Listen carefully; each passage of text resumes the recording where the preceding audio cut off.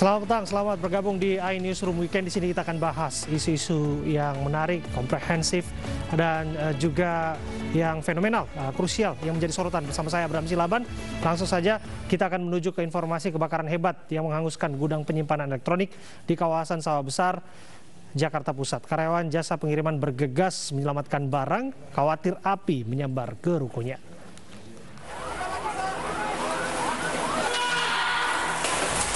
Kobaran api seketika membesar dan melumat habis sebuah gudang penyimpanan barang elektronik di Jalan Belawan Dalam, Mangga 2 Selatan, Sawah Besar, Jakarta Pusat, Sabtu malam.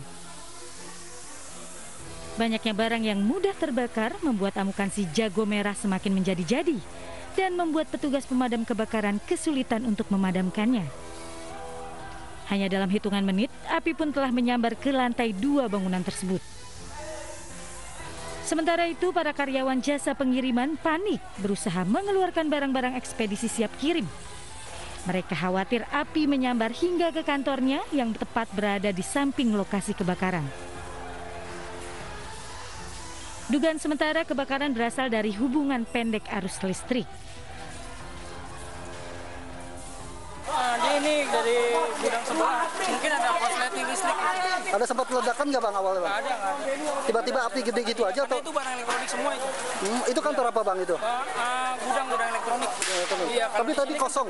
Iya, enggak, itu kosong karena aktivitasnya pagi kalau di sini. Tidak ada korban jiwa dalam kebakaran ini, namun ditaksir kerugian mencapai ratusan juta rupiah.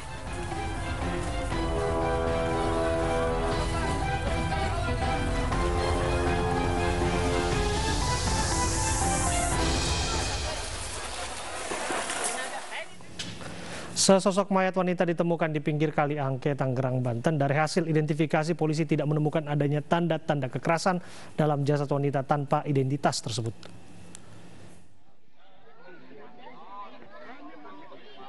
Kepolisian Polsek Pinang dibantu petugas Badan Penanggulangan Bencana Daerah setempat mengevakuasi sesosok mayat wanita tanpa identitas di pinggir Kali Angke, Kelurahan Pinang, Kota Tangerang, Banten. Jasad wanita berusia sekitar 35 tahun ini pertama kali ditemukan warga yang tengah memancing ikan di lokasi kejadian. Jasad wanita itu ditemukan dalam kondisi mengambang dan tersangkut ranting pohon di pinggir Kali Angke. Menurut Kapolsek Pinang, hasil olah TKP dan identifikasi dalam tubuh jasad wanita ini tidak ditemukan adanya tanda-tanda kekerasan. Kita berkoordinasi dengan Badan Penanggulangan Bencana dari kota, dengan piket dari Polsek datang ke TKP, evakuasi jenazah. Setelah dievakuasi, mayat berjenis perempuan, masih Mr. X. Lanjut, dalam kondisi mayat tidak ditemukan tanda-tanda kekerasan. Jasad wanita tanpa identitas segera dibawa ke RSUD Tangerang untuk dilakukan otopsi. Kasus ini kini masih dalam penanganan pihak kepolisian Polsek Pinang, Polres Metro Tangerang Kota untuk menyelidiki penyebab pasti kematian jasad wanita tersebut.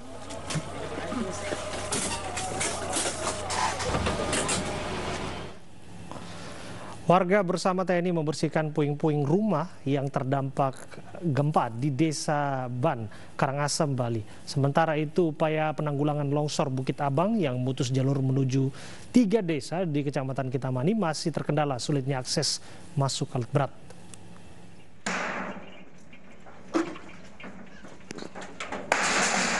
Puing-puing rumah yang hancur akibat gempa di Desa Ban, Karangasem, Bali dibersihkan oleh prajurit TNI bersama warga.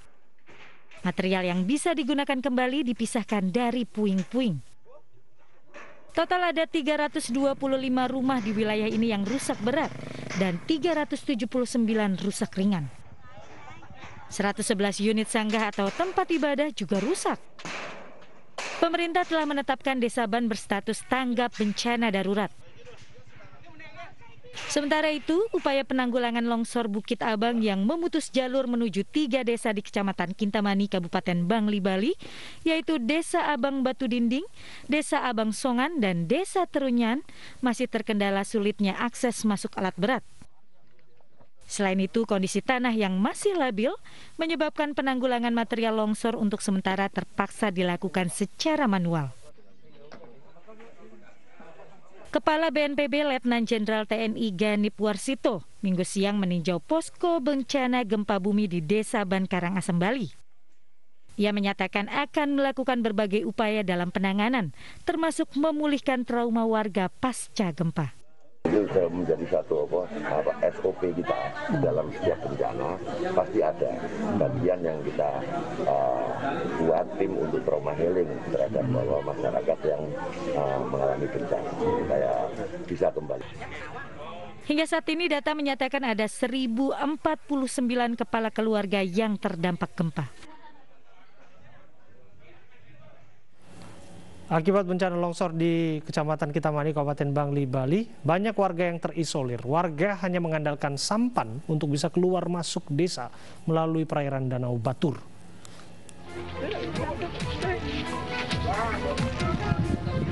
Warga Kintamani terpaksa menggunakan sampan tradisional untuk akses keluar masuk desa.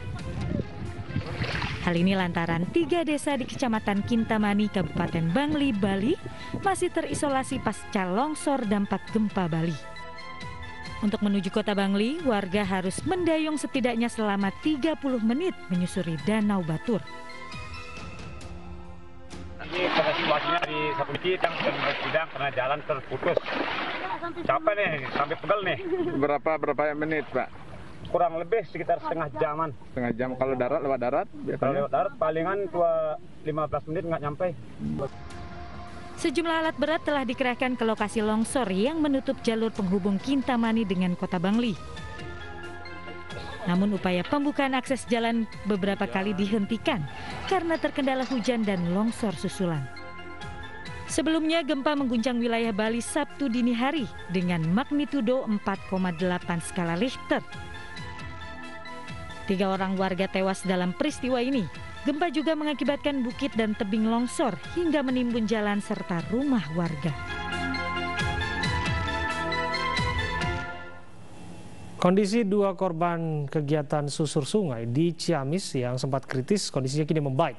Selain luka fisik, keduanya masih trauma akibat insiden yang menewaskan 11 teman mereka.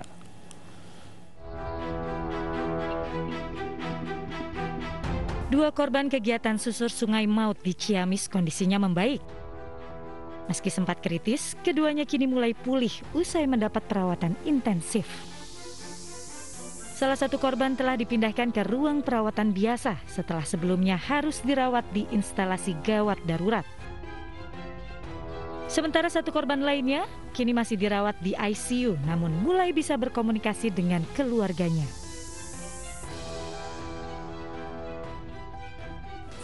Pada saat ini, pagi ini hasil pemeriksaan, alhamdulillah keadaannya membaik. Baik yang dirawat di ruang biasa ataupun yang di ICU. Yang di ICU sudah bisa berkomunikasi, sedapnya sudah bagus, hingga ada sesak dan batuk.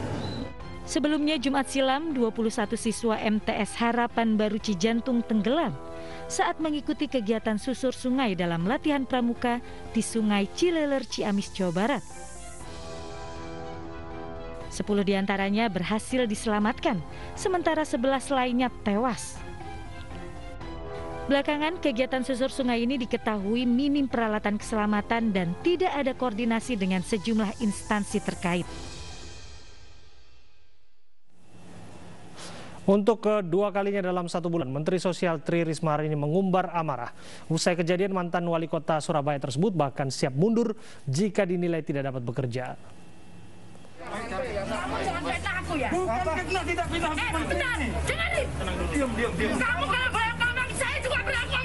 Menteri Sosial Tri Risma hari ini marah-marah lagi. Amarah Risma kali ini pecah saat mengunjungi Kecamatan Sikur, Lombok Timur, Nusa Tenggara Barat hari Rabu lalu. Risma marah karena mahasiswa menuding penyaluran bantuan sosial dicurangi oknum pemerintah. Berbeda dari biasanya, marah-marah Menteri Risma kali ini mendapat balasan dari mahasiswa. Usai berdebat dengan mahasiswa, Menteri Risma langsung mengecek bantuan langsung tunai. Risma berjanji akan membenahi sengkarut penyaluran bantuan sosial di Lombok Timur. Awal Oktober silam, Risma juga mengumbar amarah yang menyasar salah seorang pegawai Dinsos Gorontalo. Risma geram lantaran saat salah seorang pegawai Dinsos menganggap ketidaksesuaian antara saldo dan data penerima bansos sebagai hal biasa. Menurut Risma, data adalah hal yang sangat krusial dan rentan menjadi fitnah. Setelah sempat memanas akibat insiden tersebut, hubungan Menteri Risma dan Gubernur Gorontalo kembali membaik dan kedua pihak sama-sama mengevaluasi penyaluran bantuan sosial.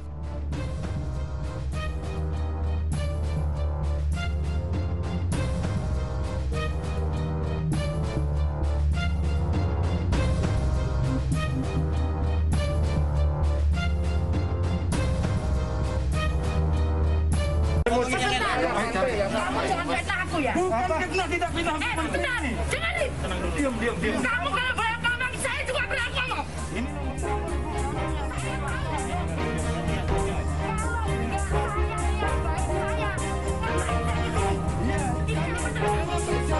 Yang kedua, saya tidak tahu ini supaya atau tidak.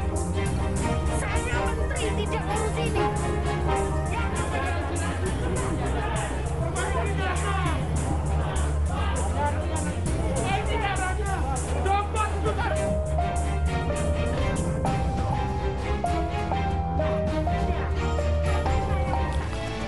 Tidak dapat menyelamatkan diri saat kebakaran seorang lansia meregang nyawa di Tanjung Balai, Sumatera Utara. Kami hadirkan informasinya saat lagi untuk Anda.